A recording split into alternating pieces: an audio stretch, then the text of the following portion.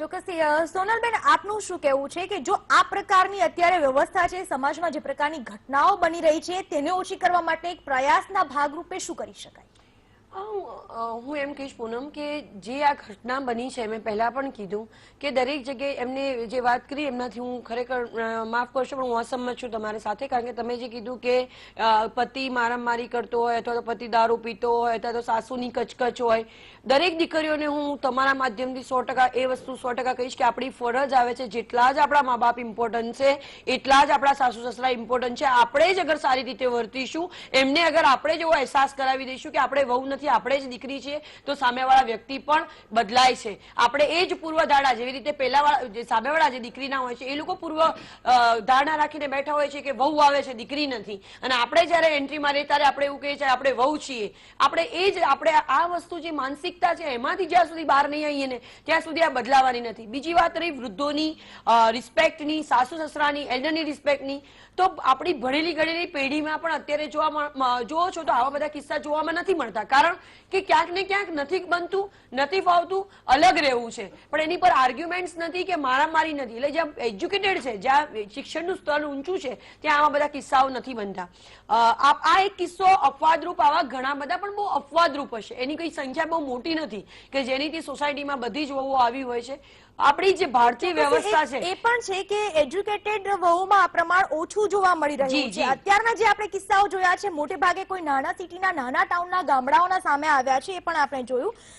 અશ્વિનજી, આપને હું પૂછવા માંગીશ, એક આપ સાહિત્યકાર છો, સાસુ વહુનો સંબંધ કેવો હોવો જોઈએ અથવા તો જે વડીલોનો આદર પ્રત્યેનો જે સંબંધ છે તે કેવો જોઈએ, એના ઉપરનું કોઈ ઉદાહરણ સારું છે અથવા તો કોઈ પંક્તિઓ છે તે દોહરાવશો? અશ્વિનજી, મારું કહેવું એવું છે કે સાસુ અને વહુનો સંબંધ એટલે એક માં અને દીકરીનો સંબંધ છે. એક પ્રસંગ સાથે આપણે વાત કરશું. મારા મિત્ર છે, એમણે પોતાના દીકરાના લગ્ન કર્યા. હવે લગ્ન કર્યા પછી દીકરાની વહુ ઘરે આવી, ઘરમાં આનંદ હોવો જોઈએ, ઉત્સાહ હોવો જોઈએ, એને બદલે ઘટના એવી ઘટી કે મારા મિત્રની પત્ની બિલકુલ ઉદાસ રહેવા માંડી, એકદમ બોલે નહીં, કોઈની સાથે ચાલે નહીં. મહિનો થઈ ગયો છે લગ્નનો, એટલે મારા મિત્ર એમને પૂછે છે કે ભાઈ ઘરમાં દીકરાની વહુ આવી ગઈ, તારે આનંદ હોવો જોઈએ, તારા ચહેરા ઉપર ઉત્સાહ હોવો જોઈએ, બદલે તું નિરાશ કેમ છો, મને વાત કર. એટલે એમને શરૂ કર્યું કે મારે તમને ઘણા ટાઈમથી કહેવું હતું, પણ તો કે બોલ ને શું તકલીફ છે કે, એટલે મિત્રએ પૂછ્યું કે દીકરાની વહુ આવી છે, એને રસોઈ બસોઈ નથી આવડતી. તો કે રસોઈ તો બહુ સરસ બનાવે છે, કે પહેરવા ઓઢવામાં કોઈ મર્યાદા ના આવી, કે મર્યાદા પણ સરસ મજાની જાળવે છે. અચ્છા, કોઈ ઘરે મહેમાન આવે તો રિસ્પેક્ટ ના આપતી એવું બને? તો કે ના, રિસ્પેક્ટ પણ બધાને બહુ સરસ આપે છે. તો તને એવું લાગે છે કે આપણી નથી થઈને રહેતી? બોલે બિલકુલ કહેશો નહીં, એ 100% આપણી થઈ ગઈ છે.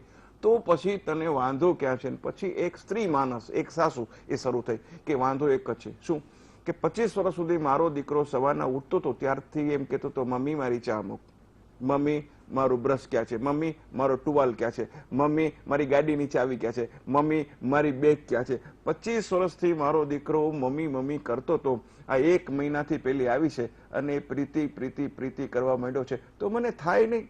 તો કે ઓકે, એ જ પ્રશ્ન ના, હજી એનાથી એક આગળ વાત છે. શું વાત છે? તો વાત એવી છે કે પેલા મારો દીકરો મહિનામાં 4 રવિવારની રજા આવે તો મારો દીકરો મારી પાસે બેસતો હતો, મારી સાથે સરસ વાત કરતો હતો અને એનો સમય મારી સાથે શેર કરતો હતો. હવે બન્યું છે એવું કે જેવા 4 રવિવાર આવે એટલે એ એની વાઈફને લઈ અને એના સાસરે ચાલ્યો જાય છે. હું તમને ખરેખર કહું છું, મને તો એવું લાગે છે કે આપણો દીકરો 50% એના સાસરાનો થઈ ગયો છે.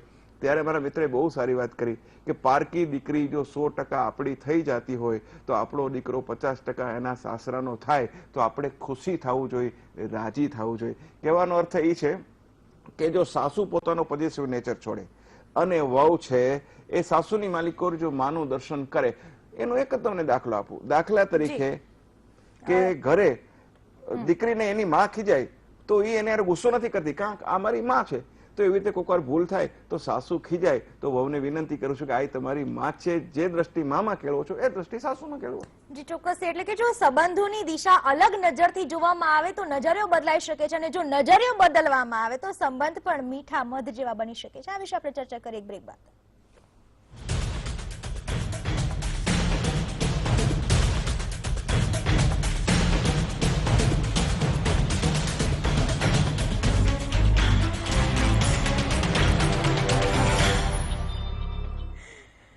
બ્રેક બાદ આપનું સ્વાગત છે. હાલમાં આપણે ચર્ચા કરી રહ્યા છીએ કે જે રીતની હાલ સમાજમાં એક પરિસ્થિતિ ઊભી થઈ છે તે ક્યાંક ને ક્યાંક સમાજને બદનામ કરનારી છે અને ખરેખર તેનાથી બહાર આવવાની જરૂર છે. આ વિષય પર આપણે ચર્ચા કરી રહ્યા હતા. આપણી સાથે અશ્વિનભાઈ જોશી જોડાયેલા છે, નટુભાઈ પટેલ જોડાયેલા છે અને સોનલબેન જોશી જોડાયેલા છે. આપણે વાતની ચર્ચાને આગળ વધારીશું. હમણાં જે તાજેતરમાં વિડીયો સામે આવ્યો છે વહુ દ્વારા કરાતો અત્યાચાર, સોનલબેન આપ શું કહેશો કે જે આ પ્રકારનો એક કિસ્સો સામે આવ્યો છે, એવું નથી કે આ એક વખતનો કિસ્સો છે, ઘણી વખત એવું પણ બનતું હોય છે કે સાસરિયા ઓલ ઓવર દ્વારા વહુ પર ત્રાસ ગુજારવામાં આવતો હોય છે. પહેલાના સમયમાં વધારે આવું બનતું હતું, હવે આવું નથી બનતું.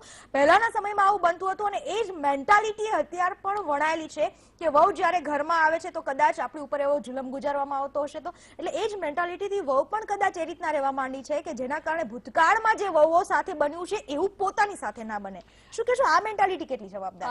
હું એમ જ કહીશ કે મેં તમને પહેલા પણ કીધું, હવે એકાદ બે કિસ્સા છે, બાકી દીકરીઓને ઘણું બધું સહન કરવું પડતું હોય છે. આપણે જે સાસરિયા હોય છે એ પોતાની દીકરીને દીકરી અને વહુને વહુ જ સમજે છે.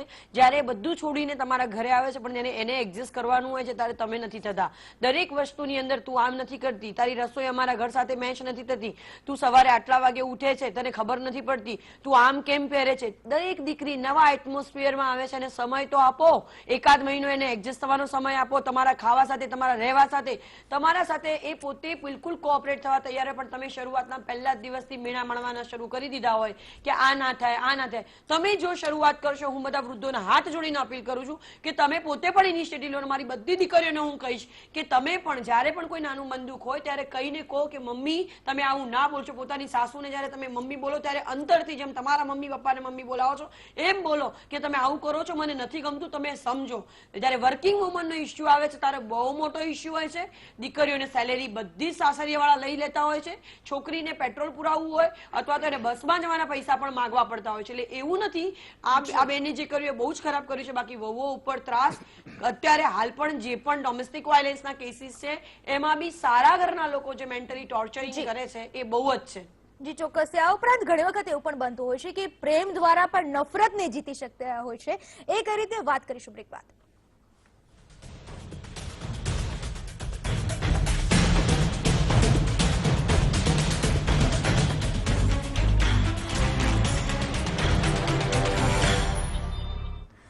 જલ્લાદ વહુનો જુલમ સામે આવ્યો છે, પરંતુ ક્યાંક ને ક્યાંક સમાજની જે સ્થિતિ છે આટલા વર્ષોની એ પણ તેના પાછળ કારણભૂત રહી છે. આ વિષય પર આપણે ચર્ચા કરી રહ્યા છીએ. આપણી સાથે તમામ મહાનુભાવો જોડાયેલા છે. અશ્વિનજી, આપને પૂછવા માંગીશ કે ઘણી વખત એવું પણ બનતું હોય છે કે સામેવાળી વ્યક્તિ તરફથી જો નફરત મળતી હોય તો છતાં પણ નફરતની સામે નફરતની જગ્યાએ નફરતની સામે પ્રેમ કરવામાં આવે તો કદાચ એ વસ્તુ જીતી શકાય. એ બાબતે શું કહેશો? સંબંધોની આંટીવાટી છે તેને ગૂંચવાડામાંથી ઉકેલવા માટે શું કરી શકાય? પ્રસંગ મોટો છે પણ સંક્ષિપ્તમાં કહું છું. અમેરિકાની માલિકો એક કવાવે એક લોયરની પાસે જઈને કીધું કે મારી સાસુને મારી નાખ્યું છે, પણ મને એવો રસ્તો બતાવો કે મારી સાસુનું મૃત્યુ થાય અને મને સજા ન થાય. લોયરે કીધું કે આ એક રસ્તો એવો છે, તારે મારી ફીસ ગમે એટલી ફીસ હશે હું આપીશ. તો કે શું રસ્તો છે? કે એક કામ કર કે આવતીકાલથી તું તારી સાસુને પ્રેમ કરવાનું શરૂ કરી દે. બોલે હું એને નફરત કરું છું, એને પ્રેમ કેવી રીતે કરીશ? કે તારે મારી સલાહ લેવી હોય તો હું કામ એમ કર, તારે 3 મહિના તારી સાસુને જબરજસ્ત પ્રેમ કરવાનો છે. પછી કે હું તને કહીશ 3 મહિના પછી 3 મહિના પછી તારે તારી સાસુને નફરત કરવાની છે. પેલી વહુ પોતાની સાસુને પ્રેમ કરવા માંડી ગઈ. એટલો બધો પ્રેમ કરે, એટલો બધું ઇન્વોલ્વમેન્ટ આવી ગયું એની માલિકો. એની સાસુને ખૂબ પ્રેમ કરતા 3 મહિનાનો સમય પૂરો થઈ ગયો. પહેલા લોયરે ફોન કર્યો કે હવે ધીસ ઇઝ રાઈટ ટાઈમ કે તારે તારી સાસુને નફરત કરવાની શરૂઆત કરી દેવાની છે. પેલી વહુ કહે છે લોયરને કે મારે તમને મળવું છે. એને મળવા જાય છે. તો કે તું શરૂ કર, 3 મહિના પૂરા થઈ ગયા, હવે તું નફરત શરૂ કર. તો કે મારે તમને એ પૂછવું છે કે તમારી પાસે કોઈ એવી સલાહ છે કે મારી સાસુ વધારે જીવે? તમે તો મને મૃત્યુ પામે એ પણ કીધું ને કે હું નફરત કરું મૃત્યુ પામશે, પણ મને એ જોઈએ છે કે મારી સાસુ વધુ જીવે. કેમ? તો કે હું એને ખોટો પ્રેમ કરતા હું એને સાચો પ્રેમ કરવા માંડી ગઈ છું અને હવે છે ને હું એને નફરત કરી શકું એમ નથી. એટલે ઘણીવાર પ્રેમની અગર શરૂઆત કરશો તો તમને એની માલિકોર એક સાચો પ્રેમ મળશે, એના તરફ એક લાગણી તરફ એને ઢળશો. અને પુત્ર વધુ કીધું છે, પુત્ર કરતા પણ જેને અમે અધિક માન આપશું એનું નામ પુત્ર વધુ છે. ગુજરાતીની માલિકો એક કડી છે બહુ સરસ કે વહુના વખાણ સાસુજી કીજીએ અને કીજે ઘર સ્વર્ગ બની જાય. વહુના એ વખાણ સાસુજી કીજીએ. વહુને એ ઘરની રાણી માનીએ અને રાણી જાણી તમે દેજો રે સન્માન. વહુના એ વખાણ સાસુજી કીજીએ. જી ચોક્કસથી ખૂબ ખૂબ આભાર આપનો. ખૂબ જ સરસ. સોનલબેન, નટુભાઈ, અશ્વિનભાઈ, આપ સૌ અહીં આવ્યા, મારી સાથે ચર્ચામાં જોડાયા, એ બદલ આપનો ખૂબ ખૂબ આભાર. એક તરફ સમાજમાં એવા લોકો પણ છે જેમને પોતાના કર્મોની કોઈ ચિંતા નથી, પણ તેઓ કદાચ એ ભૂલી જાય છે કે કર્મ ક્યારેય પીછો નથી છોડતા. બીજી તરફ એવો સમાજ છે જે વૃદ્ધો, વડીલોની સેવા કરવાનું ચૂકતા નથી. વાત કરીશું આવા જ અમારા એક સંવાદદાતાના અહેવાલની.